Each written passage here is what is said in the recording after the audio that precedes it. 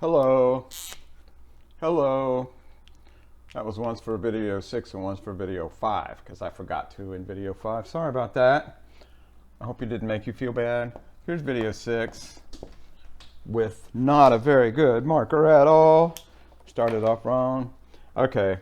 Video 6, if you recall from video 5, also known as our shopping spree on eBay for a computer, since now we know all about them and we can make wise decisions, some of that stuff needed some further explanation, I guess you could say. This is about eBay. Wow, that's nice and juicy. About eBay computer.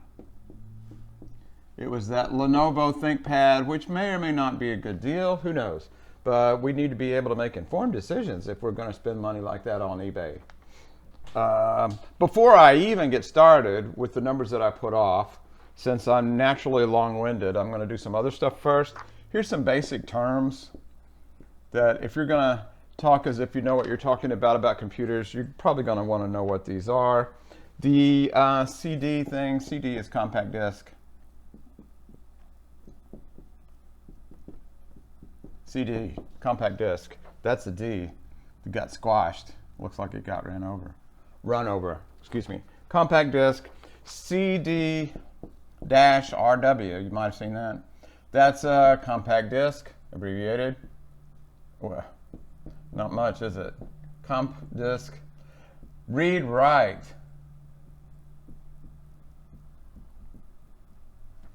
You can read from it and write to it. By default, a compact disc, you could read from it, like it's got music on it or something like that. It's already burned in, which means you can't change it. But read write, you can burn it in. You can also erase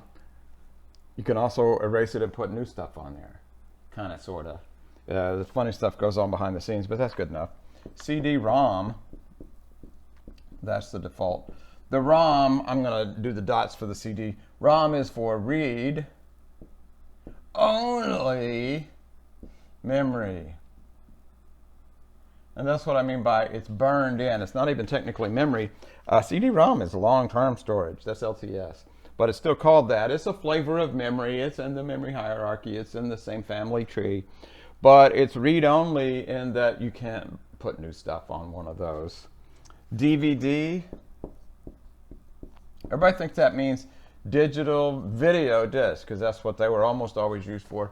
Technically, it stands for digital, D-I-G-I-T-A-L, meaning everything is zeros and ones. We've already had that conversation, haven't we? Everything is zeros and ones. Digital versatile disc, V-E-R-S-I-T-I-L-E.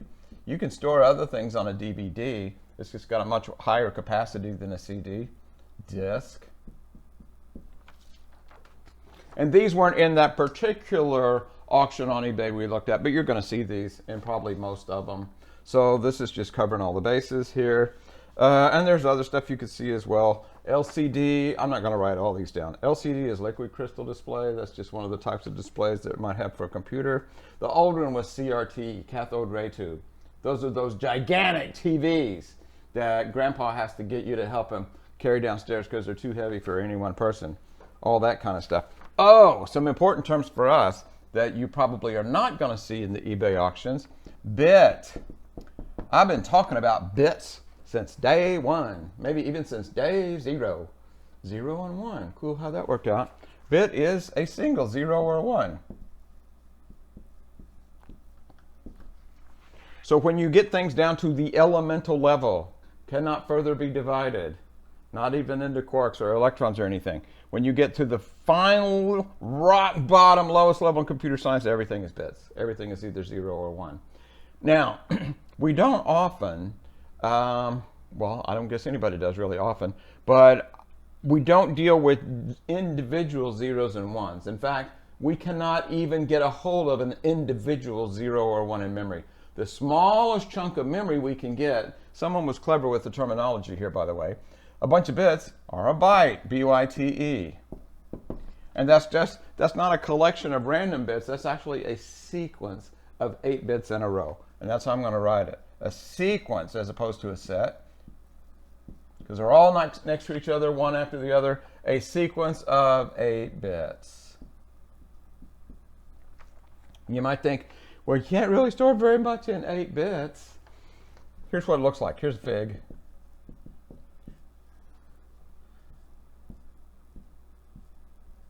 Try to do that uniformly.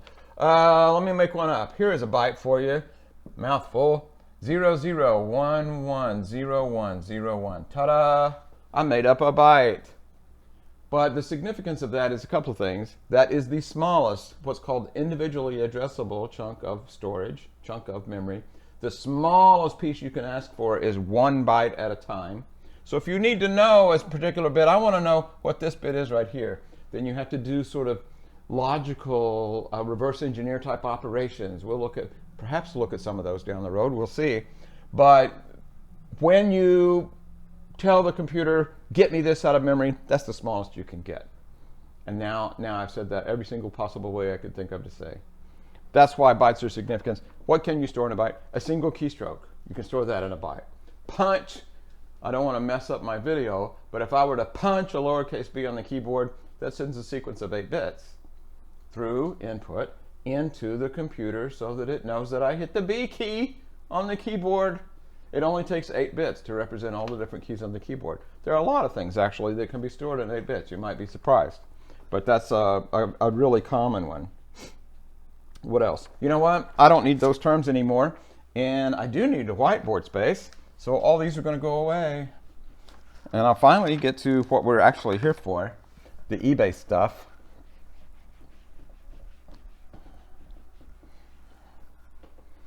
And I highlighted them so I wouldn't forget. Sometimes you just have to make accommodations for being old. One of the things I highlighted was processor speed. Processor speed, it said it was 1.86 GZ. 1.86, not GZ, GHZ. GHZ. What is that? Well, that's 1.86 somethings. When we expand this, everything, remember, just about everything in computing has an acronym, a drastic abbreviation. That's gigahertz. Gigahertz. And all of a sudden I realized something. That's not going to make a whole lot of sense if we don't get some other stuff out of the way first. So I'm going to put a big aside in here that I'm going to write down and then erase so I've got room for the other stuff from eBay. We may never get back to the eBay stuff. I hope that color is good enough. Kilo, K-I-L-O, a kilo. A kilo is 1,000 of something, T-H-O-U-S-A-N-D. You knew that. Some of this stuff might insult your intelligence, but hang on, we'll probably get to stuff that you haven't seen before. We'll see. 1,000, what does 1,000 look like? It looks like a 1 with 3 zeros. Talk about insulting your intelligence. Let's move it up a little bit. How about mega? M-E-G-A. Mega is million. A mega something. If I've got a mega something, then I've got a million. 1 with 6 zeros. Mega something. All these are prefixes. They should be put in little dashes. They're not standalone things. We have kilobytes, megahertz, all those sorts of things. So they show up at the front end of words that have to do with computing. The next one is giga. We worked our way up to where we need to be. Giga, and you guessed it, that's a billion. And 1 with 9 zeros. I don't even have to remember this. I just remember to tack on three more zeros with each new prefix. One more, and this one only showed up in computing descriptions on eBay fairly recently. Tera. From Gone with the Wind. Tera is trillion. T-R-I-L-L-I-O-N. 1 with what? That's 9. We need 12 then. 12 zeros. You might think a 1 with that many zeros looks like a lot, and you would be correct. That is a lot. We don't see this with respect to processors or, oh, let me say something funny, the number of registers. Oh, I made a joke. I made a computer hardware joke. No, no, no, no. The only place we see this so far with computing hardware in mind is with hard drives. Remember long-term storage? Those are the warehouses, those gigantic self-storage units where we put all the stuff we might ever use on the computer as long as we have enough disk space for it. That's recently broken the seal on the tera prefix, describing how much long-term storage we have available. How much? Well, terabytes. Oh, we've already seen that word and I've already erased it. That is such old news. But terabytes means it's that times 8 if you want to know how many zeros and ones you can store in your computing warehouse of future apps that you might want to run. Okay? And that's as far up as we go right now. And I don't think tera applies to anything else. That certainly doesn't apply to registers. Oh, that was a stupid joke, wasn't it? That was a computing dad joke almost. It doesn't apply to memory. No, it doesn't apply to processor speed. No, not yet. But we'll probably be there someday, and then I guess we'll have to move on to the next one. That's the end of the aside. Those are words to know when we're talking about computing because they show up so often. Now, one of the beauties of video is you've got this down already so I can erase it. Which is a good thing because I'm working with a very small amount of memory here. Where the whiteboard is my memory for the stuff that I write down. I don't know where that came from, but we'll go with it. Well, that doesn't help much, except that giga, it's a billion something. So I'm going to put it like that, 1.86 billion something hertz. Sounds like a physics word. It kind of is. That's 1.86 billion cycles per second.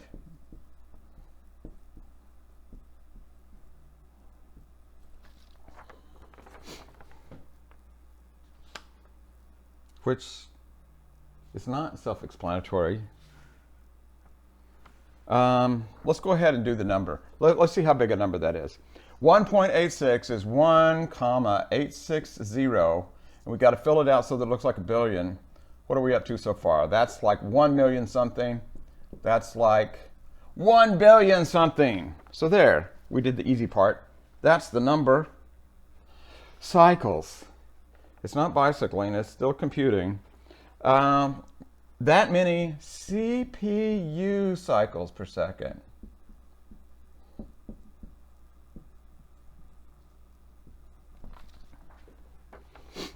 Maybe if I keep writing this over and over all these different ways, eventually I'll get to something that makes some sense whatsoever.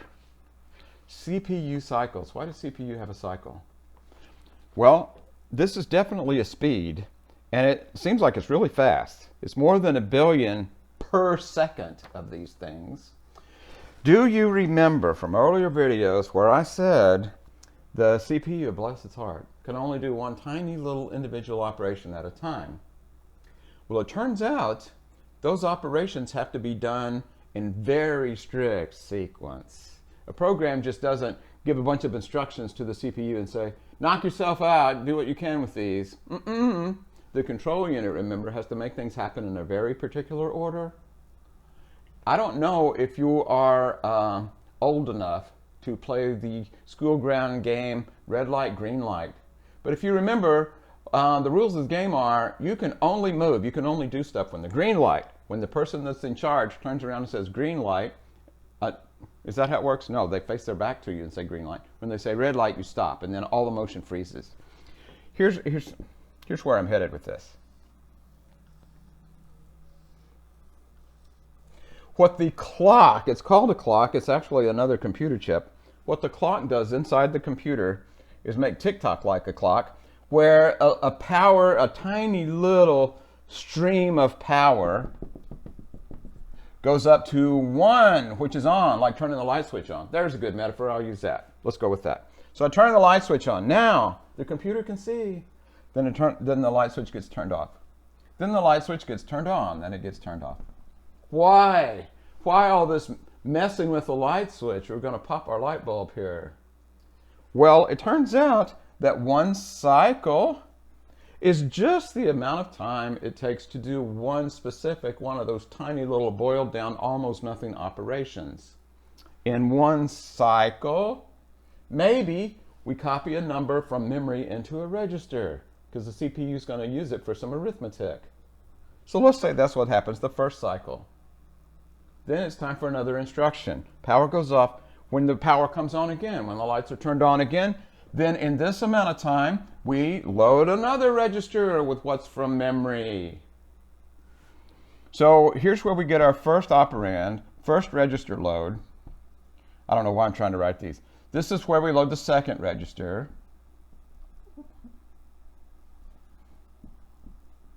This is where, okay, we've got both the registers loaded. Now the control unit tells the ALU, okay, now you got them, add them up. So I didn't leave room on the board, but this is where I add those two registers. So each one of these power up cycles in the cycle back and forth of the CPU, each one of those corresponds to doing one really elemental operation. Think of it that way.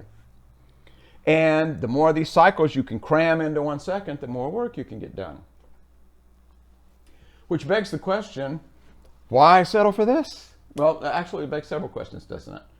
Before I do the why settle for that, let me observe that we do have to do this incrementally like this, one step at a time, because we can't just say, okay, I want these two registers added up. It has to be done in a specific order. And before, notice this, before I add, I have to load the two registers. So I can't just say do these whenever you get to them.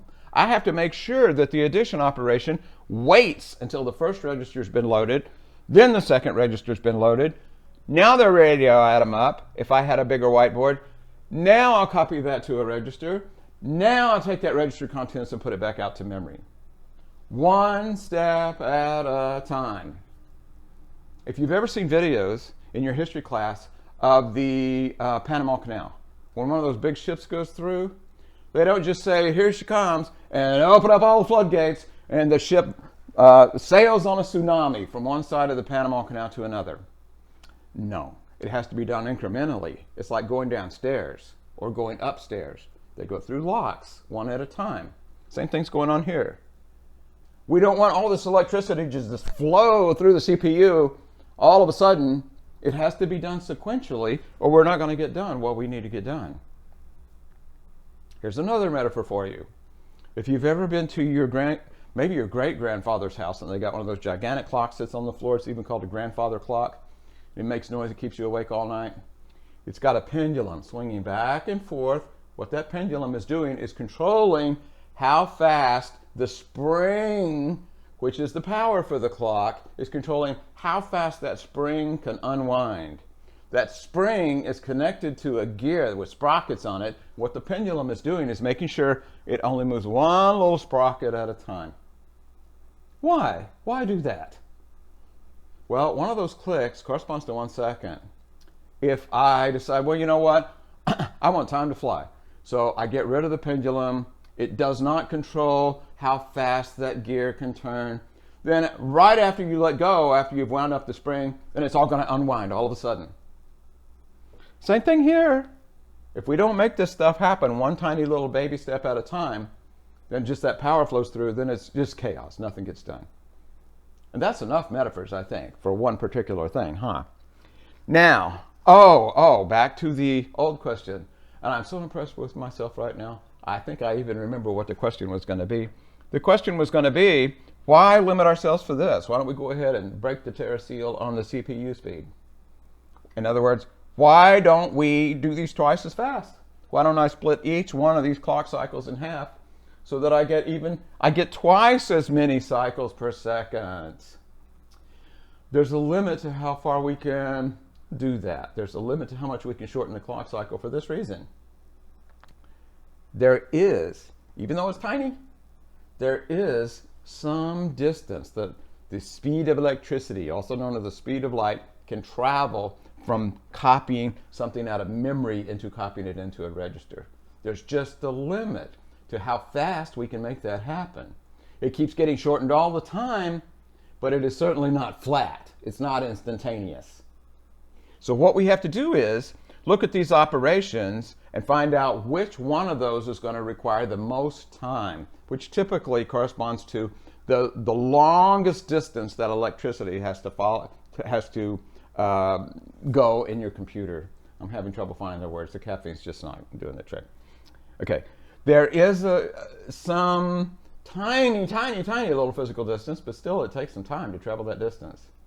In this case here, with the tiny little amount of clock cycles I have, add registers. You know what? Register, put that in another register. Those are right there next to the ALU. It can see those instantaneously with almost no time whatsoever. That is really close to instantaneous.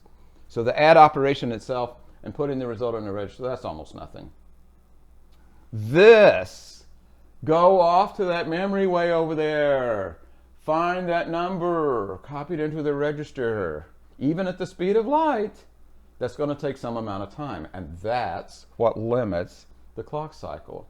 We can't get this any shorter than the largest amount of time it takes for any one of those tiny little elemental operations. We actually have to know how long each one of those tiny operations that the CPU can do, how long does each of those take? And that's what limits how fast we can make the clock go on the computer. And like I said, that keeps getting better all the time. Technology is just miraculous. But they haven't flattened this down to nothing yet. It's still going to take some time. Just like this video. It's taken some time and a half, huh? You know, I still have not gotten over the temptation and the natural inclination to do this.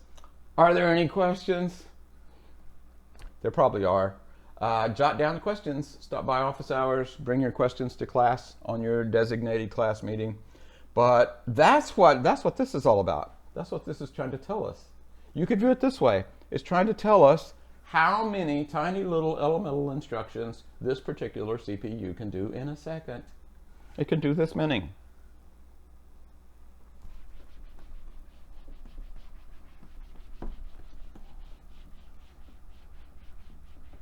I guess we're a third of the way done. That was one of the 3 things on eBay that I highlighted. 2 of the second one was memory, 512 MB.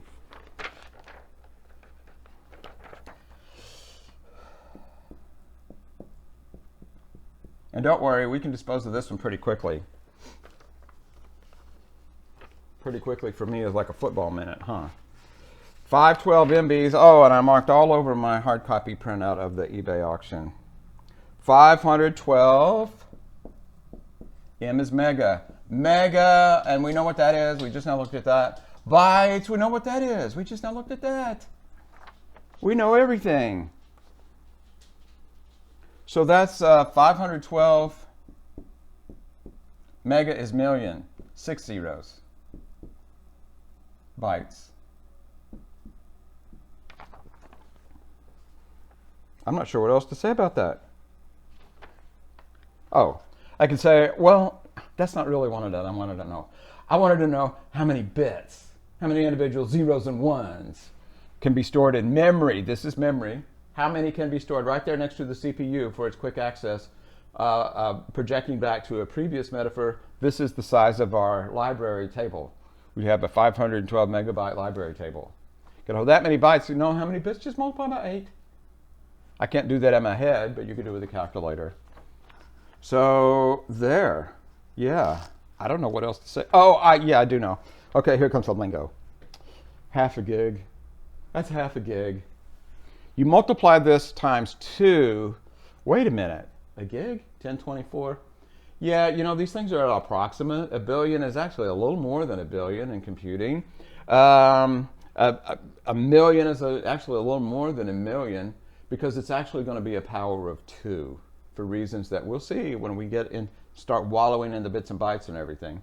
So it's only approximate. If I want to know the exact number of zeros and ones, then I'm going to have to do a little more math. This is half a gig because, well, actually, no, I got that backwards. This is exactly right. The gig, if I double this, you'd think it ought to come out to be an even billion. But it's not. It's going to be 1024. 1.024 billion. because it's got to be a power of 2. That was off track. I'm sorry. Erase that from your memory. You don't need that right now. What else we got? The third one was, the hard drive capacity. Here's memory. Look at all this hardware stuff we're doing. I should have been labeling this all along. I'm sorry. This is memory. This was the CPU speed. So yeah, hardware. What we don't have is long-term storage, LTS, the stacks of books on the shelves in the library, your self-storage warehouse, whatever. That is 80 GB, which is 80 something. G is giga, G-I-G-A, bytes, which is 80, and then a bunch of zeros. How many zeros we need for billion? That's 1,000, that's million, that's billion bytes.